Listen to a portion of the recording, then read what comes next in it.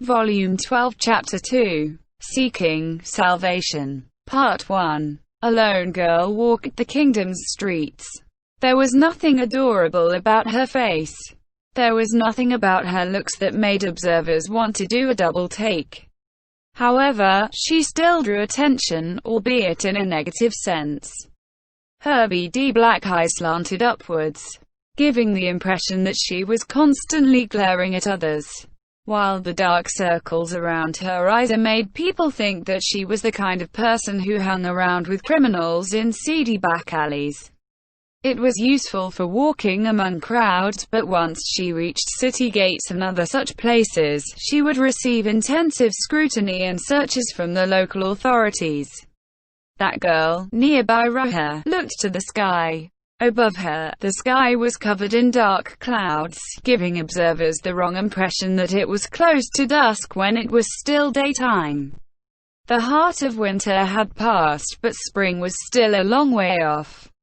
Nia sighed tiredly, then marshaled the keen senses she had inherited from her parents and walked toward the street which led to the inn where she was staying. The reason why she had to be so wary even in a city was because she felt a powerful sense of exclusion towards herself, an outsider, ever since she had entered this city. Naturally, it was nothing more than the girl's imagination. After all, when she wore a cloak with the hood drawn up over her head, there was no way to tell whether she was a foreigner. However, she had not been mistaken about the heaviness in the air. She peeked at the passers-by and saw that their faces were downcast and their footsteps were heavy. It was as though they wore the gloominess of winter around themselves. Under normal circumstances, she might have thought it was because of the overcast weather. However, she felt that the sense of entrapment, or perhaps a nameless melancholy which she felt here, in the capital of the Riesti's kingdom, ought to have stemmed from some other source. Maybe it's because they were defeated in battle not long ago. Still, compared to the people of the Holy Kingdom, they're practically jumping for joy. Although the southern Bay region of the Holy Kingdom was still relatively safe, the northern reaches were essentially hell now. To the Liberation Army formed from the remnants of the Northern Holy Kingdom's army and to her, who had come here as a member of an ambassadorial delegation, such news was of little comfort. The more she thought about it, the more depressed she became, and Nia reached to her waist in search of salvation. The cool sensation of steel traveled up her hand. It was the sword she carried, emblazoned with the crest of the Holy Kingdom's Knight Order, which served as proof of her identity. Usually, a paladin's sword would be imbued with minor enchantments, but hers was not. That was because this was a sword of the sort issued to trainee soldiers. Only after completing her training and being officially ordained as a paladin would her trusty blade be enchanted with magic. That was one of the rituals involved in donning the mantle of a paladin. While it was little more than a sharpened slab of steel until she officially became a paladin, it was still a personal weapon which had accompanied her through long years of training and practice. One could not fault her developing the habit of caressing it when she felt uneasy. The sensation of steel calmed Nia down slightly, and she sighed a cloud of white vapor. Then she opened her cape and quickened her pace. Her feet dragged every time she thought that she had to report bad news. However, it was because she disliked such things that she had to move quickly, to get this over with as soon as possible. Finally, the inn where their delegation resided came into view. It was a high-class inn, with prices as lofty as its reputation. It was said to be among the top 5 in the kingdom. As she thought about the tragic state of her homeland, the Northern Holy Kingdom, she could not help but feel guilty over how she was basking in such luxury while her countrymen were suffering. The truth was, the female leader of the ambassadorial delegation had opposed staying here precisely due to its decadence. She felt that they ought to reduce their expenses on this journey and use the leftover money elsewhere. However, her opinion had been rejected, thanks to the suggestion of the male assistant leader. As representatives of the Holy Kingdom, if we do not lodge in an appropriate inn, people who see us might think that the Holy Kingdom is not long for this world. Therefore, we need to stay in a superior inn to show that our nation is still strong. The assistant leader's logic was irrefutable. Nobody else in the group could deny him. However, their leader was driven by emotion and could not accept that proposal, and she stubbornly refused to go along with it. After a long deadlock, she was finally persuaded by all the other members of the delegation to reluctantly choose this inn. However, everyone understood that they could not rack up any unnecessary expenses. In order to accomplish their tasks as soon as possible, even Nia, a squire, had been roped in to carry out missions. The aim of the delegation's visit to the kingdom was none other than to secure aid for the Holy Kingdom. Therefore, Nia and the other members of the delegation were running around trying to arrange appointments with the movers and shakers of the kingdom. Anyone could make an appointment, even a squire. There was no problem with that part of the leader's thinking. However, Nia was the sole squire among the delegation. The others were proper paladins. Even if she made an appointment, what would the other party think in the future when they found out that others had been visited by paladins, but they had only merited a mere squire? Surely they would be unhappy. Even Nia knew that much. However, despite her roundabout protests, the orders handed down to her had not changed. As a squire, there was little she could say about it. That said, Nia had not given up because of that. If it was a personal failure, she could gladly accept it. However, doing so might lead to the ailing Holy Kingdom losing more aid from the kingdom. Nia could not simply write off the possibility that her failures might lead to more of her countrymen dying with a simple, "Yes, I understand." However, the fact that a mere squire had immediately rushed into action without waiting for orders had only made the leader even more unhappy. She seemed to think that everything was Nia's fault. Fortunately, the assistant leader had managed to smooth things over, but the delegation's leader had a poor impression of Nia now. Nia had been selected for this ambassadorial party solely because of her keen senses, which had ensured their safety on the road here. Asking her to contribute in other ways would be a tall order. But it's not like I can say that. Nia looked to the sky and sighed ha. Then, she watched as the white mist she exhaled drifted slowly in the air and vanished. As she thought about the uncomfortable reception awaiting her at the inn, her gut began to cramp up. The noble Nia was supposed to meet was not a very important person. He was not highly ranked in the kingdom, so not being able to make an appointment with him was not a great setback. But even so, her leader would gripe at her. Usually, even if you wanted to meet someone important right away, they'd still need some time to research your history and learn more about you. So the earliest you could have a meeting was in a week's time. Well, at least that did not sound like she was just complaining about the other party's refusal. According to our leader's instructions, we'll be leaving the royal capital in a few days. Our leader, huh? Their leader was now constantly on edge. She did not look like she could properly control her emotions. In the past, she had not been that way. Nia knew that much. She had been an easygoing, or clueless person, if one were not inclined to be polite. However, ever since the battle where they had lost the Holy Queen, there had been a dramatic shift in her personality. An unsatisfactory performance, huh?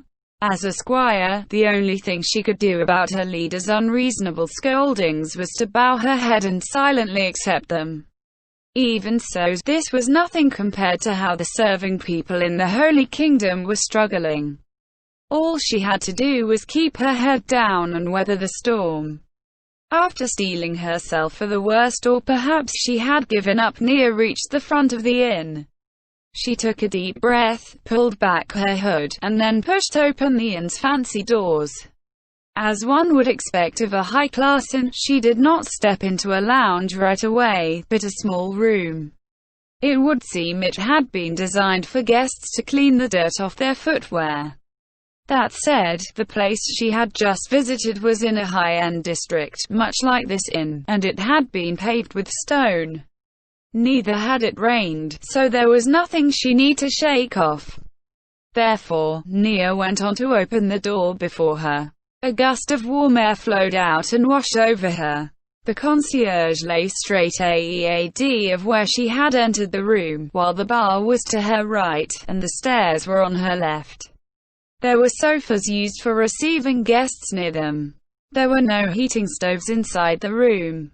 However, the fact that there was still a temperature difference despite their absence was probably because of a magic item. Magic casters in the Holy Kingdom were generally priests, and while they could make some magic items, precious few of them were useful in daily life. In that respect, the kingdom was technologically superior to the Holy Kingdom. That being the case, how much more advanced was the empire, which her father had once mentioned? Although she might never have the chance to visit it in her life, Nia still harbored a vague sense of admiration for the empire. Typically speaking, a village girl would only be able to see her village throughout the course of her life. Since Nia lacked any distinguishing qualities as a warrior, she might spend her entire life serving her nation and never get the chance to visit other countries. In that case, perhaps the chance to travel abroad which this trip afforded her might be a faint silverling on a grim, dark cloud. These thoughts ran through Nia's head as she climbed the stairs, toward the room on the second floor where the delegation was staying. The people in the inn seemed to have remembered Nia's face, as none of them shouted for her to stop. Considering the matter of expenses, only the leader and the assistant leader ought to be staying here. The other members should have stayed in cheaper inns. However, pinching pennies like that might make the other side think that there was no future for the Holy Kingdom. In the end, the assistant leader had managed to convince their leader of the wisdom of his words. Nia reached the door of her superior's room and knocked on the door, whereupon it opened slightly. Within were the paladins stationed within the room for protection. The person they were guarding was the strongest paladin in the Holy Kingdom, who was the leader of their delegation. In that case, they would be more of followers than protectors. Going by that logic, would it not have been wiser for herself to stay behind? Of course, Nia knew the meaning of the phrase, "The nail which sticks out gets hammered down," so she did not comment on that. Nearby Ruha, reporting back. The door opened, and she entered the room. Before her was a large room. There was a long table in the middle, where her captain sat. Captain Remedios Custodio and Vice-Captain Gustavo Montañez were both seated there. And of the 17 members of their delegation, more than half of them stood at attention along the walls. She snuck a peek at the documents piled on the table before them. Most of them had been crossed out. Captain. Nearby Ruha has returned. She puffed up her chest, adjusted her posture, and stated her name. How did it go? My deepest apologies. They declined because of a lack of time. They said they would like at least 2 weeks. TCH. Remedios clicked her tongue. Nia's gut cramped. Was she expressing her displeasure at Nia, or rather, at the nobles who had rejected him? While both the former or latter seemed likely, she dared not clarify such a frightening matter. Really now? Thank you for heading out amidst the cold. Go back to your room and rest then. Yes. Nia suppressed her sigh of relief at Gustavo's words. While she wanted to leave right away, Remedios called out and stopped her in her tracks. I wanted to ask you before, but did you really tell them that we wanted to open negotiations as soon as possible? Huh? Yes. Of course I tried to ask them, but unfortunately they said no. So it wasn't because of your poor negotiation skills, then.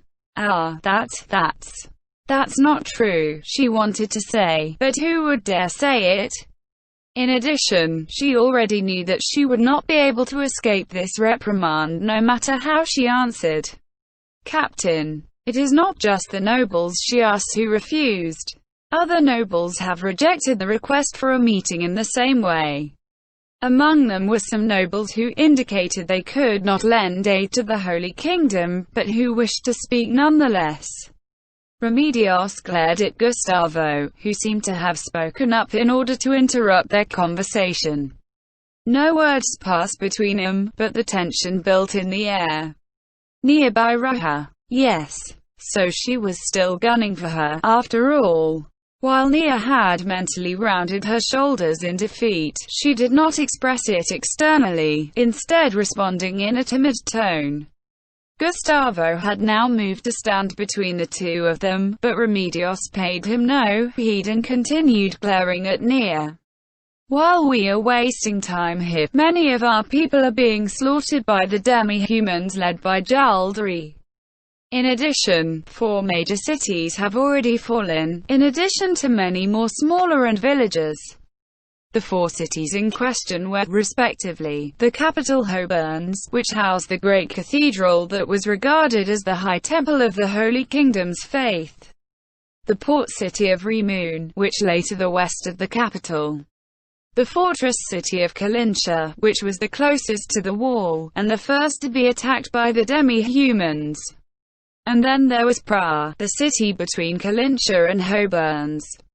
In other words, most of the major cities of the north were now under the control of Jaldabaoth's demi-human hordes. In addition, they've captured many of the survivors, who they have imprisoned in camps made from captured villages and cities. Just the mention of being sent there is enough to chill one's blood. Yes. Those camps were surrounded by walls, and nobody had personally witnessed what was happening inside because nobody had managed to infiltrate the interior. However, the rumors said they were guarded by demi-humans. Those people who had probed as closely as they dared said they could hear groans and screams of agony from within. In addition, what was more convincing was the fact that nobody felt Jaldari, as a demonic ruler, would grant any form of humane treatment to his human prisoners. So knowing all that, you still came back with results like this. Did you really try your best? Normally you'd have something to show for it if you did, no? Yes. My sincerest apologies. Indeed, she was right. Remedios was correct. However, the thought that welled up in Nia's heart refused to fade away. In that case, what good is the captain of the Holy Kingdom's Paladin Order if she failed to rescue those prisoners? She dearly wanted to retort with those words. However, as a squire of the Holy Kingdom, she could not possibly say such a thing. Since you feel sorry, what do you plan to do? What can you do to show concrete results? Nia was at a loss for words. At the heart of it, Nia was just an ordinary citizen of the Holy Kingdom. She had neither a noble peerage, power, or wealth. She was not even a paladin, just a squire. There was nothing which Nia, as she was, could offer a noble of the kingdom which could appeal to them. In that case, all she could do was, "I'll work harder." Psychology. However, it would seem that answer did not meet with Remedios' approval. I'm asking you how you intend to work harder. Futile effort is. Captain. Gustavo interrupted Remedios as she was about to say something. Why not leave things as they are for now? After all, it's about time we began our preparations, no? The esteemed members of Blue Rose will be arriving soon. If we take too long welcoming them, we will upset them, won't we? Indeed. Squire Byroha, work harder and do better next time. Understood. Remedios made a shooing motion with her hand. In other words, she was saying hurry up and get lost. My apologies, Captain Remedios. Even though she was tired, Nia was shouting "all right" in her heart and trembling with joy as she made to leave the room. However, her ally from just now transformed into her most dire adversary in an instant. "Captain, may she be present when Blue Rose arrives." Gustavo's words made Nia's vision black out for a moment. However, this was a topic that involved her, since she was a squire. Remedios looked at her adjutant. It was completely unlike the way she had looked at Nia. Her eyes were so caring that it seemed like she had changed personalities at some point, and it confused Nia. "Really? Well, if you say so. But why?" The main reason for bringing her along as a squire was because she has exceptional senses. Perhaps there might be things which only she can notice. Many paladins and squires had died during the battles with Jaldari. However, quite a few of them had survived. Even so, the reason she had been chosen to accompany their group was precisely because of her senses. While paladins were excellent fighters, they were little different from the average commoner in other respects. On this mission, there might be a need for someone to pass unseen, spot the enemy at a great distance, pass through encirclements, and perform other such tasks, which meant that they would need someone who possessed such reconnaissance skills. Under normal circumstances, one would call on an adventurer or hunter, but most of them were already dead, and the remainder had already fled to the south or to other countries. Therefore, with no more experienced candidates to choose from, Nia had been selected. While she was far inferior compared to her father, she harbored some pride in the fact that her senses were sharper than those who had only been trained as paladins. She was very happy that her talents could serve her nation, but that feeling was steadily being worn away. Now, she was starting to resent the fact that she had been chosen. "Really? Well, if you think so, then that's fine. I'll allow it. Thank you very much, Captain." Squire Byroha, "Like we just said, you will remain in the corner of the room and listen to our conversation. If anything happens, inform us. Now go back to your room and freshen up before coming back." "Understood." Finally, "I'm free," Nia thought, but then Gustavo followed behind her just as she made to leave. After they left the room, he spoke quietly to her. "Sorry about the captain." Nia halted in her tracks, turned around, and then she voiced the doubts she had been harboring in her heart all this while. "Did I do something to upset the captain? I mean, I've heard that the battle where we lost that city changed her completely, so what happened?" "Many paladins died in the battle with Jaldari, including the Holy Queen Sama and the captain's sister." "I know that. But so what?" The same thing had happened to Nia. Both her father and mother were dead. People like this were hardly uncommon throughout the Holy Kingdom. Of course, she could not actually say that. Without a place to vent the grief and anger she felt from that, the captain chose to take it out on you.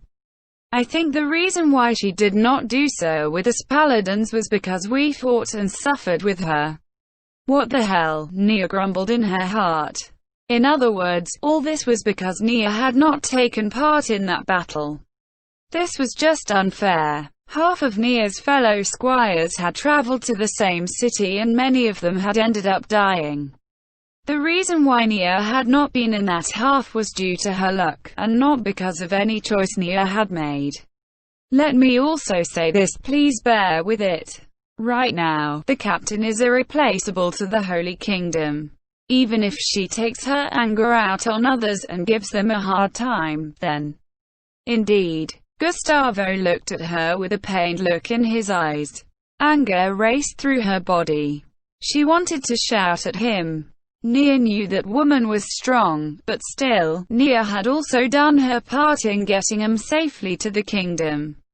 She had spotted the demi-humans' lookouts and she had been more careful than anyone else when they pitched camp at night.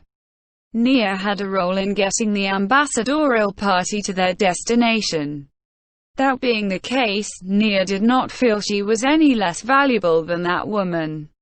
However, Nia quashed her feelings as they boiled up. She had to bear with this for the sake of the people suffering in the Holy Kingdom. Allowing any of them to be lost, and thus prolonging the plight of countless people, was the most foolish course of action imaginable. In addition, she would be free of this duty once she returned to the country. Thus, all she would have to do was bear with it for a while longer. Nia smiled and nodded. Understood. If it is for the sake of the Holy Kingdom, I will endure it with a smile. Blue Rose arrived at the inn not long after Nia returned to the room. Nia waited among the paladins who stood motionless by the walls. Soon, the door opened, and a group of people entered. She was not a fangirl of theirs, but their reputation still shone brightly in the Holy Kingdom, and it made Nia's heart flutter. These were great people of her gender who had ascended to heights which she herself could not reach. Personally, she would have liked to ask them all kinds of questions. That said, she could not do such a thing. They're one of the 3 adamantite-ranked adventurer teams in the kingdom. Blue Rose. They're awesome. While she had heard their descriptions and names from rumors, this was the first time she had seen them in the flesh. There was quite a big discrepancy between how she had imagined them from their stories and how they actually were. Standing at their head was Blue Rose's leader. She was a priestess who bore the holy symbol of the water god, the wielder of the demonic blade, Kilaniram Laku Salvain de Alandra. Her beautiful features were such that even her fellow females might fall in love with her, and it was hard to believe she was a top-class adventurer of the light which only fighting geniuses could be. If she wore a dress, she would be the very picture of a princess from the dreams of a commoner like Nia. That beautiful woman spoke with a gentle voice that matched Nia's image of her. "Thank you for your invitation.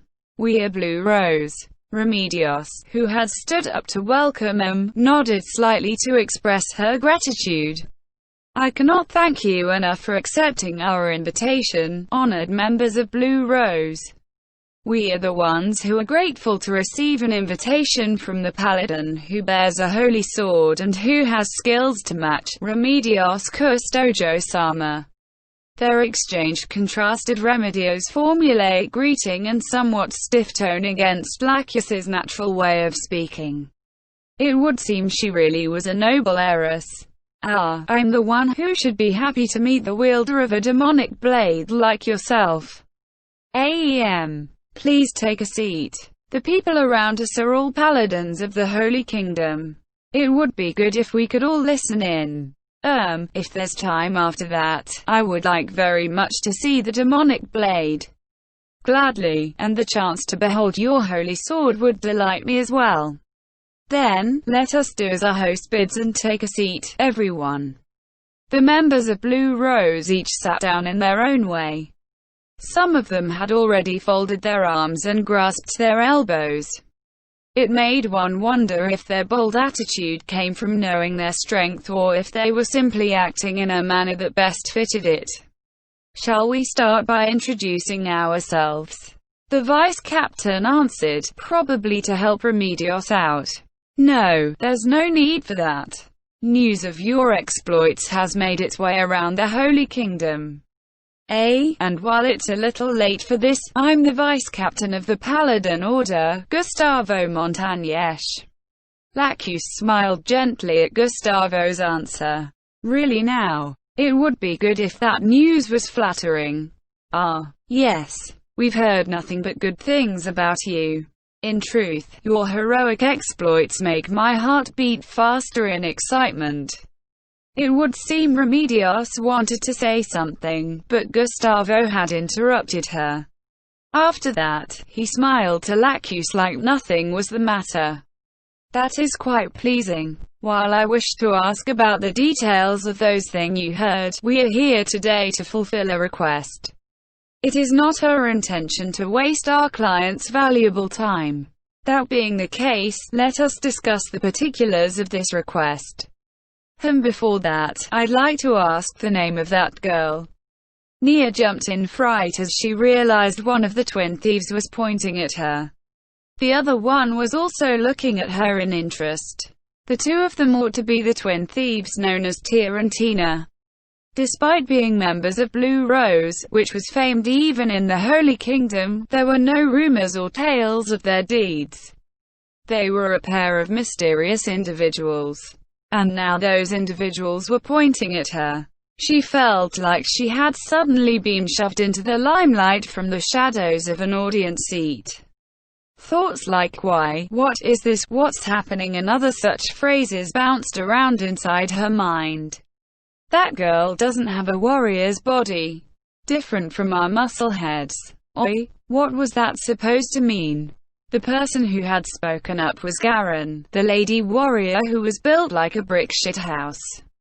Exactly what I said. She's not a warrior, no matter how you look at it. Now this is a warrior. Oi, you can train your body with experience, you know. So you're going to evolve then, Garen? The thief's faces quietly hardened. Don't be mean, I feel sorry for that girl. Hey, is it me or have you gotten full of yourself since you went training with me? Oi, nothing's changed. It's just that my sides hurts when you grab me with your ridiculous strength when I'm sleeping. That's enough out of the two of you. I'm sorry, that's just how we are. Please pay it no heed. Her name is Nia Byraha. She has keen senses, and she's made a lot of contributions during our journey here. I understand. The reply was flat and emotionless, not cute in the slightest. Well, while that was our fault, we haven't made any progress at all. If nobody minds, shall we begin discussing the matter? Also, there's no point talking like fancy nobles, is there? Let's get right to it, shall we? Evil Lakis said in a reproachful tone. That was the arcane magic caster Evil. Clad in her mask, she could use powerful spells but she never removed it under any circumstances. She had a very petite frame. Some rumors said she might be from a small-bodied species. No, that's fine. I'm not good at all this plotting stuff myself. Captain. Fu. Well, the other side's boss has given their approval, how about ours? Besides, once they've paid the appropriate fee for the information, they will be our clients. Let's not bother with feeling each other up and get to the question of money. Won't it be better to seal the deal sooner rather than later? Ha, Lakis sighed, and Evil continued, seemingly sneering at them. Well, our boss has given her okay too, so shall we firm up the details before we talk about payment? I take it you want to talk about the one who's been running wild in your country. Jaldari? You knew? Oi, do you think we wouldn't know something the nobles did? The kingdom has traders who use sea routes too, you know. Plus, the adventurers guilds do exchange information as well. That said, how about it? Want to share what you know, too? Frankly speaking, we'd be happier to obtain information than money. May I have a moment to discuss this with Gustavo? Evil waved to indicate that they should proceed, and then Remedios and Gustavo rose and entered the adjoining room, the bedroom. Then, can we use this flask? Garen pointed to the flask of water and the glasses around it as she addressed Nia. Why me? Nia fretted as she replied. Please do. Quote, she wanted to praise herself for her perfect tone and not letting her voice tremble. After Garen had poured water for everyone, Remedios and Gustavo returned. We'll pay your fee, so can you tell us what you know? Huh? Nia thought. For some reason, she had the feeling that Remedios, who had complained about the expense of staying in an inn, would not approve. While Gustavo had probably said something, Nia had no idea what reasons he had used to convince her. That's fine too, although I think we'd be able to tell you what you need to know if you told us about the state of the Holy Kingdom now. Please let us pay the appointed fee. Gustavo promptly placed a small pouch on the table. Oi, Evil jerked her chin at one of the thieves. In response, she swiftly reached out and snatched at the pouch, lightly bouncing it up and down in her hand. Then she caught it and nodded to Evil. She was probably trying to see if it contained the expected amount by the sensation from throwing it up and catching it. All right.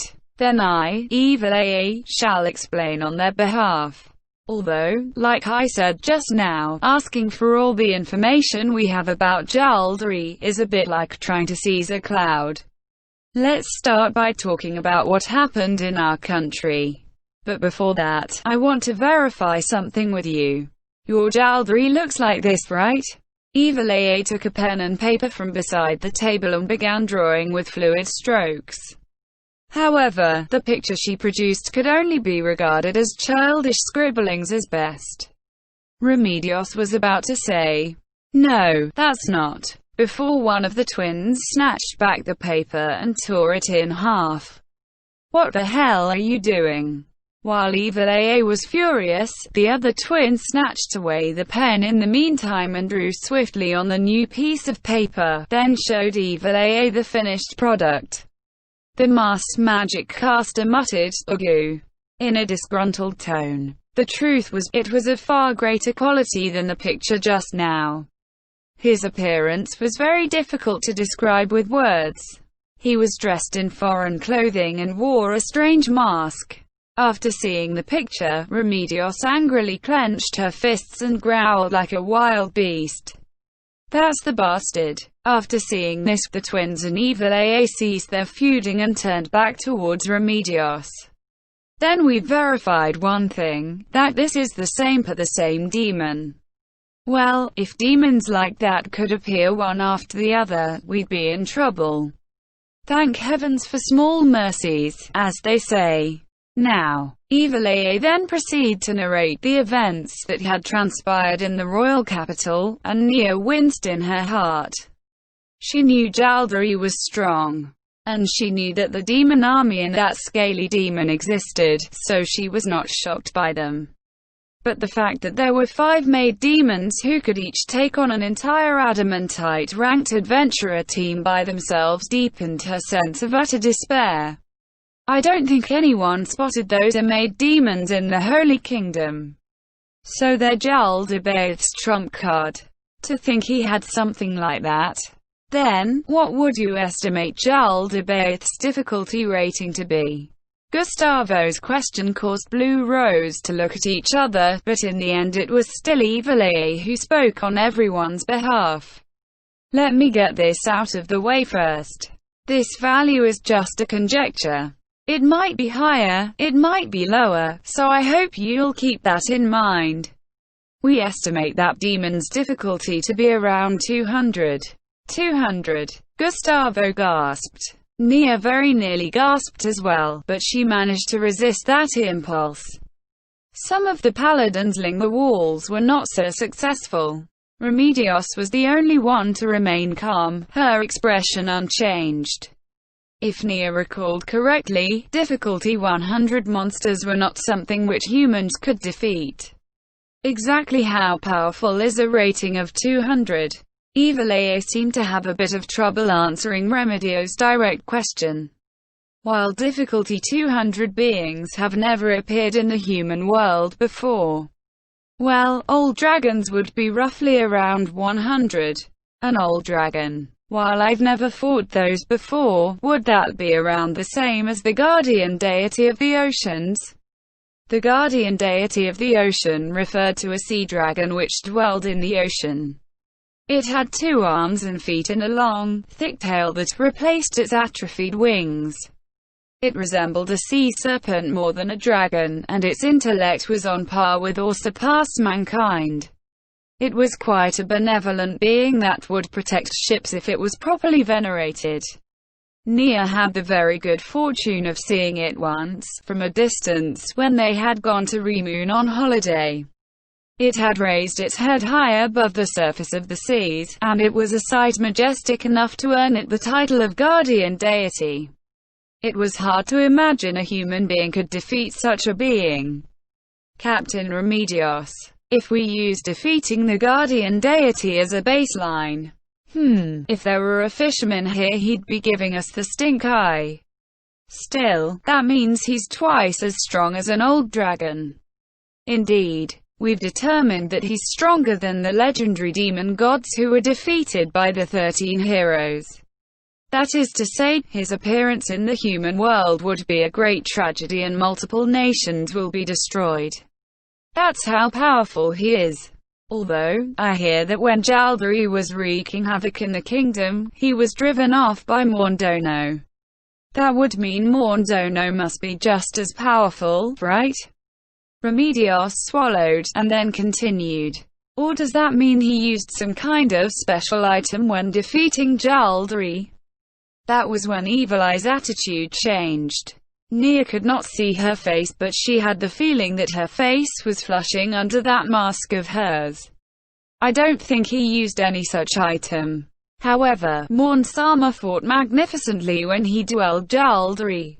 I was fighting Jaldabaoth's subordinates back then, so I did not see the full fight, but it was a terrifying battle. It was a battle fought by a hero among heroes, a champion among champions. Is that so? It was all Gustavo could do to squeeze those words out after being crushed by Evil Eye's presence as she leaned herself out. Precisely. What an amazing battle. Morn-sama defended me while he was fighting Jaldari, you know. So he fought Jaldari, that monster, and drove him off. Is that true? What? Are you saying what I saw with my own 2 eyes was a lie? Evil Eye countered Remedios' question with a vicious retort. Gustavo struggled to clear the uneasy mood in the air. No, what our captain meant was that if darkness could attack some weak point of Jaldabaoth's, perhaps we could do something too.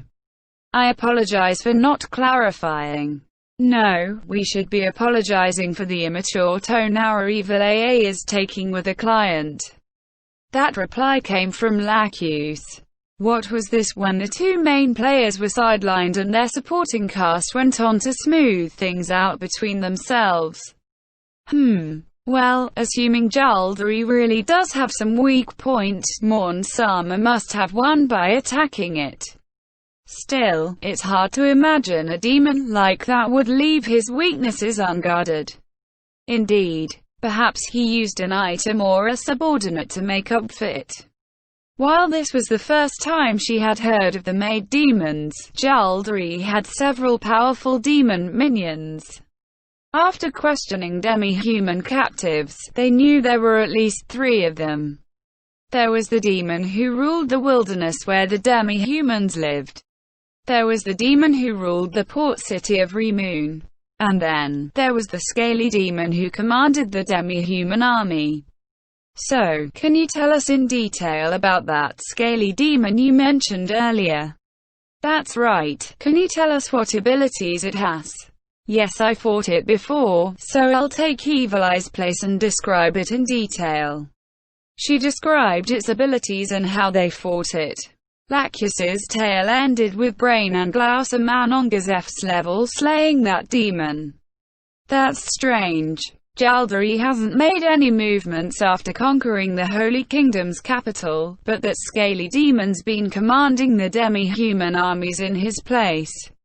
Wasn't it already defeated? I see. However, we've met this Brain fellow before, and I don't think he was lying. It's probably not a unique demon, just a high-level one. In other words, Jaldari can conjure that demon any number of times as long as certain conditions are met. Or perhaps he can summon the same demon multiple times. Nia could not cast spells, but she had heard this during her lectures. It was difficult to summon multiple beings with summon magic. In other words, when a summoned spell was active, casting another summoned spell would cause the previous summoned spell to end. The currently summoned monsters would go back from whence they came and new monsters would be summoned in their place. However, people capable of high-tier summoning spells could simultaneously conjure several weaker monsters at once, of the sort that one would evoke with a low-tier summon spell. For instance, one could use a 4th-tier spell to summon multiple monsters that could be invoked by a 3rd-tier spell. I don't understand it all. His method of summoning demons is still a mystery. While it felt like he was summoning them with spells, he couldn't have summoned multiple demons of such power. But if he could, that would beg the question of why he did not do so in the kingdom. Perhaps if he were a magic caster who specializes in summoning, he could simultaneously summon multiple copies of such a creature. So even if we defeated the scaly demons, Jaldari could immediately resummon it. Just so. However, that refers to the situation where Jaldari conjures them with magic. If he used some kind of special ability to do it, that would be another matter entirely. So you don't know much about that side of things? Sorry, but I don't. We know very little about him. Evil sounded clearly disheartened. I didn't get any of that at all, you know. I'll explain it to you later, Captain. No, start clarifying now. I haven't been able to keep up since just now. This is our captain, the person in charge of all of us. That being the case, was that disgusting insect made one of Jaldabaoth's summons too? I don't know. I don't want to think that way. Blue Rose's members began discussing among themselves. May I ask a question? Everyone turned to look at Nia after she nervously spoke up, and the tremendous pressure made her regret doing so. Perhaps it might be better for someone other than her to bring this up. However, the die had been cast, and after firming up her resolve, she asked. This might be a very basic question, but where did Jaldari come from? Was the name of Jaldari passed down from earlier days? That is unclear. We've studied all sorts of literature, but we haven't been able to find that name in any of them. We've also tried looking for clues based on his appearance, but similarly, we haven't been able to make any headway either. Could it be an alias? Maybe he caused trouble under a different name in the past. I doubt that. To demons this applies to angels as well. Their names are a very important part of their very being. If a demon wants to show up, it has to engrave its name into the world. Therefore, they can't use false names. Experiments show that using a false name might even cause them to disappear on the spot.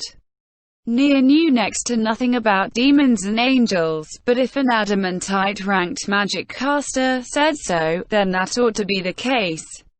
As for his origins, if he came from the other side of the continent, then it's only natural that there'd be no information about him. But after thinking so much, every possibility seems equally likely, and so there's no telling where to begin. Evil AA shrugged. Say, what if you got Jaldabaoth's appearance wrong? Was the Jaldari you looked into the Jaldari in the picture? What if that appearance of his was a deception? Ho! Evil AA leaned over the table towards Remedios. Can you go into more detail? We managed to press Jaldari in that form quite badly, and then he revealed his true form. Remedios closed her eyes. It was an utter defeat for us. Can you be more specific? Telling them that much should be fine, right, Gustavo? Yes, no objections here. If we can learn more about him from his appearance, hiding that information would be harmful instead. While I feel a full disclosure would be better. Remedios began muttering and grumbling, and then she told Evil AA about Jaldabaoth's appearance. Halfway through, Remedios' face twisted in anger. She had probably recalled the battle that nobody here knew anything about. I see. Then we'll continue our investigations based on what we have just learned.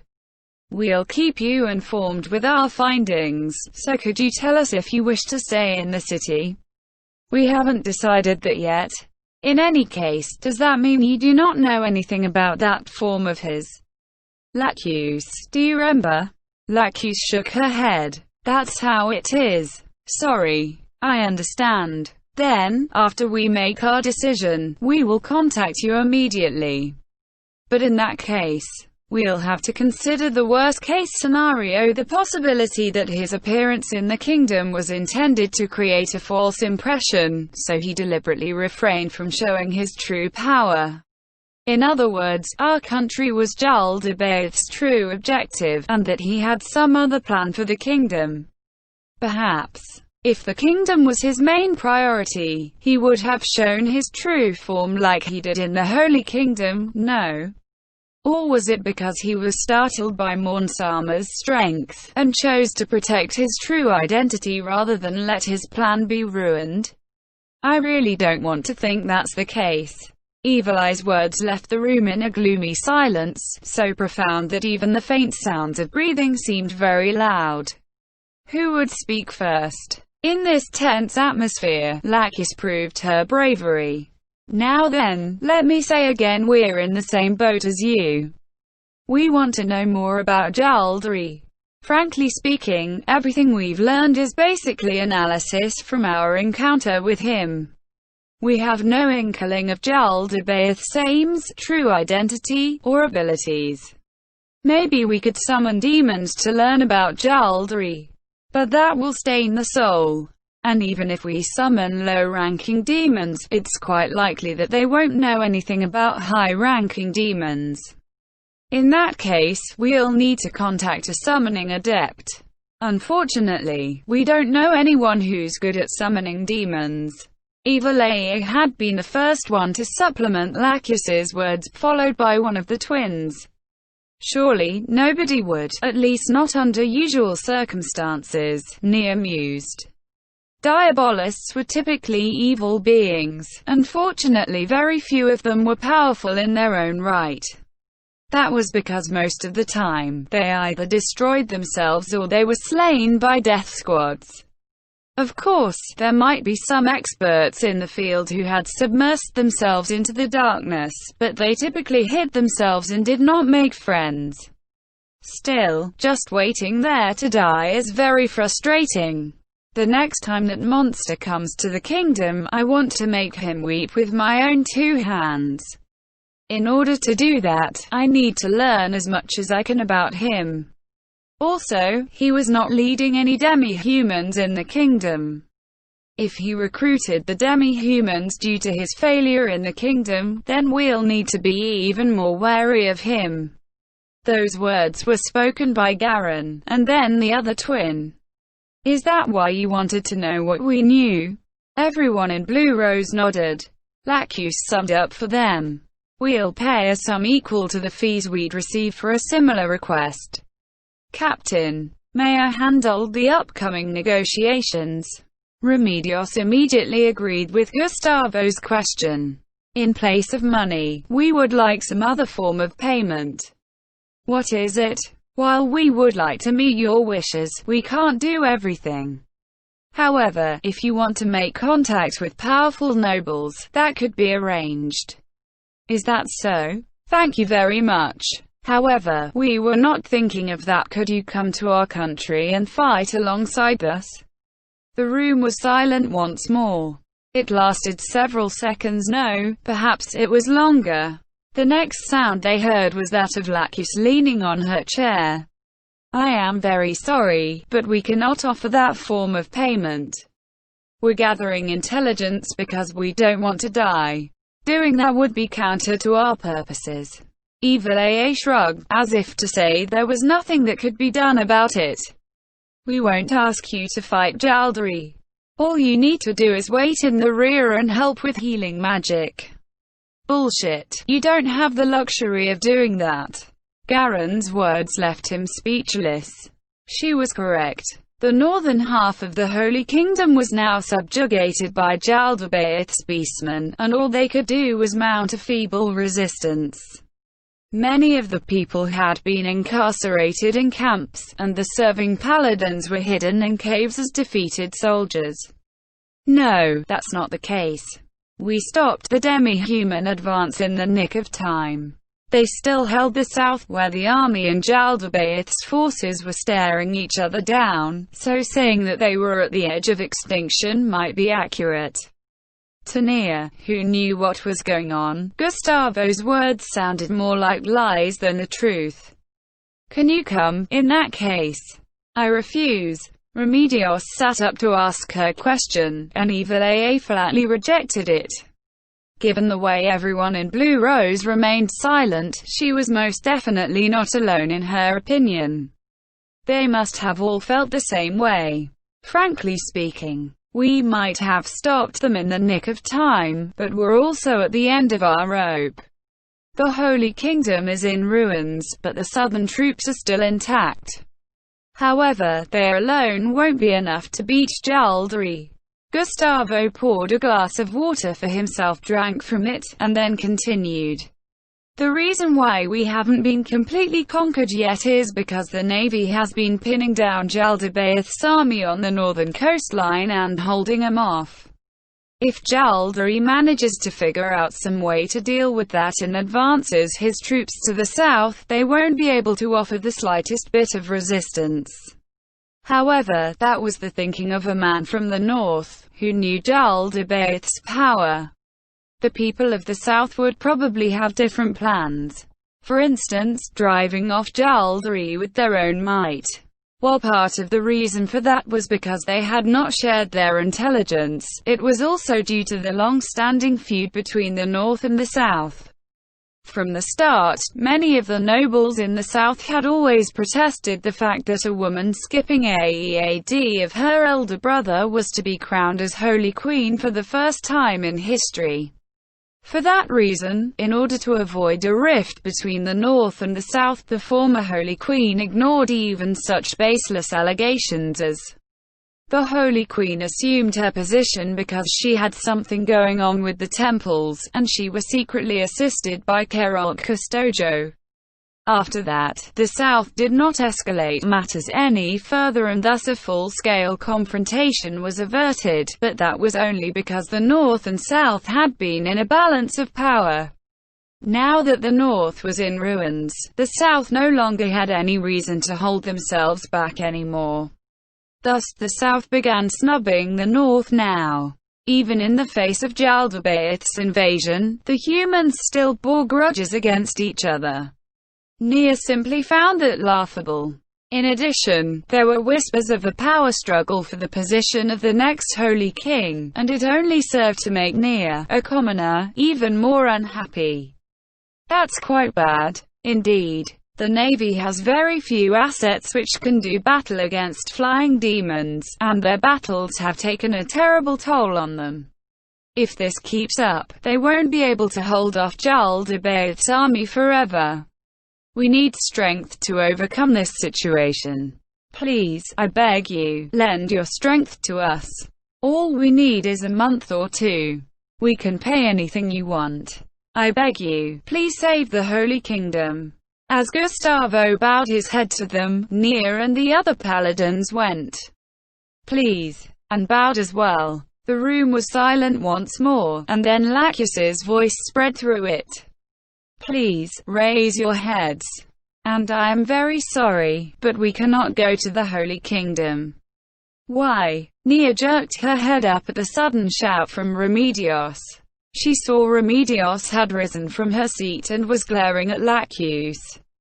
"There's no way Jaldari will stop it conquering the Holy Kingdom.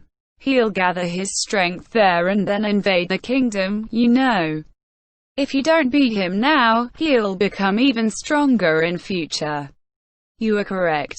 The possibility of that is very high. Since you understand, why aren't you helping us? And it's not just you, it's also the nobles of this country, of our country. None of you get it. Isn't now the time to come together and fight as one? The reason why this country's nobles won't lend you their strength is slightly different from our own. What do you know about the Sorceress Kingdom? It was a frightening place ruled by the undead, a city taken from the kingdom and used as the heart of a nation. That was all the average citizen of the Holy Kingdom knew about it. As Remedios said as much, Lakis smiled bitterly to her. That's true, and it's largely accurate.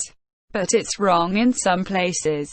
While the undead are everywhere, the humans there live safe and peaceful lives. In a country founded by the undead, who hate the living. There are many kinds of undead, and the Saucer King is a ruler of the undead. Ordering the undead under his command not to harm human beings and enforcing that order is a simple matter for him. Evil made a noise of disapproval.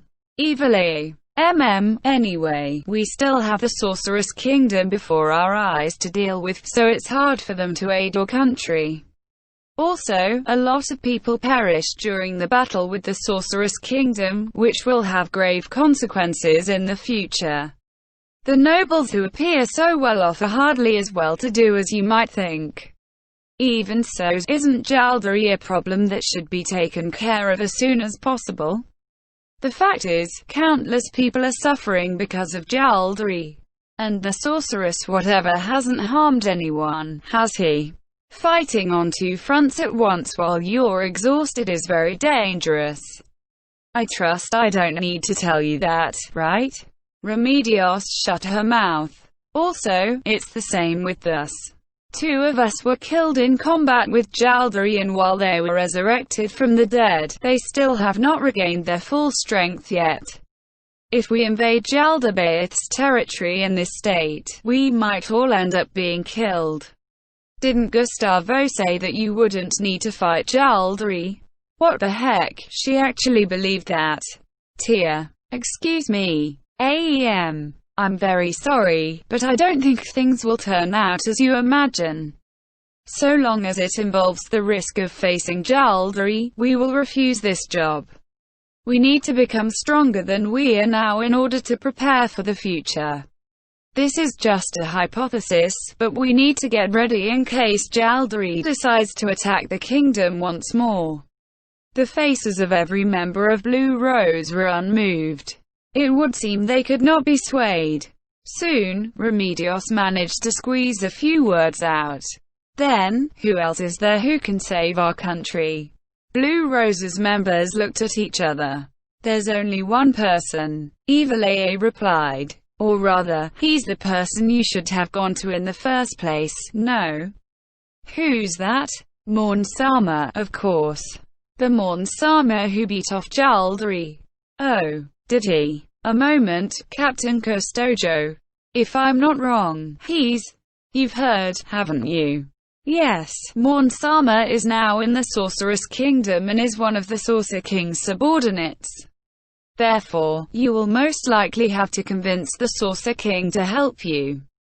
Gay. Remedios grunted bitterly. Nia understood how she felt. Any citizen of the Holy Kingdom would have very complex feelings about asking anything of the undead. Considering she, as a squire, felt that way, how much worse would it be for the captain of an order of paladins who bore a holy sword? However, Remedios looked forcefully at the members of Blue Rose. If that is the best way to defeat Jaldari, then let's do it. No, that's all we can do. If we can, we'll pin our hopes to that Morn. I believe it's Morn Summer, Captain. Yes. Can you please write a letter introducing us to Morn Summer?